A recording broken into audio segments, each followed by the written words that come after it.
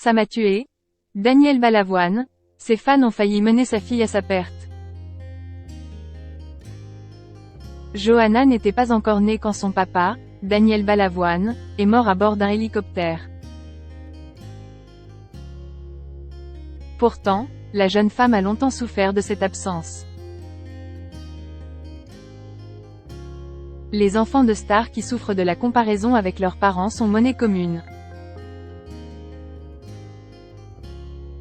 La chanteuse Rose a récemment reçu, dans son podcast Contradiction, Johanna Balavoine, la fille de Daniel Balavoine, qui a expliqué avoir parfois mal vécu l'amour immense que le public accorde à son père. L'artiste est décédé le 14 janvier 1986 à l'âge de 33 ans dans un accident DH hélicoptère.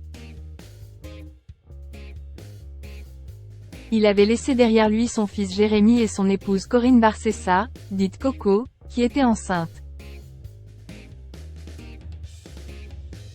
Et a accouché de Johanna quelques mois après le drame, au mois de juin.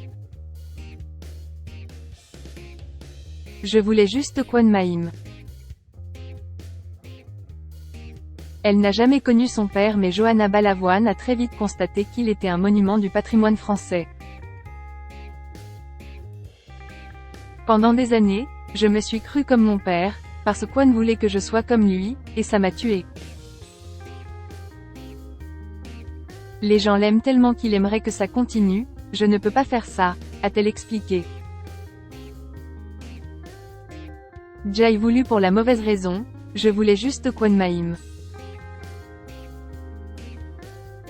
Si elle était invitée dans le podcast de Rose, c'est parce que Johanna Balavoine a toujours ouvertement parlé de ses démons, notamment de la cocaïne.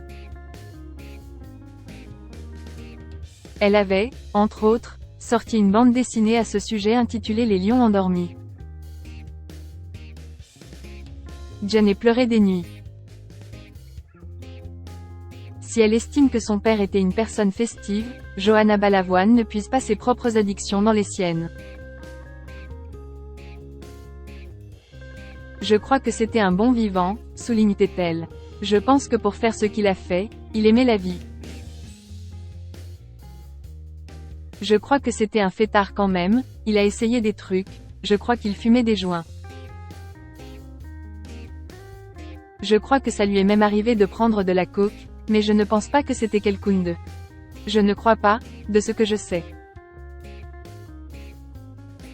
Pour soigner ses maux, Johanna a été prise en charge, pendant 2 mois et demi, en cure de désintoxication.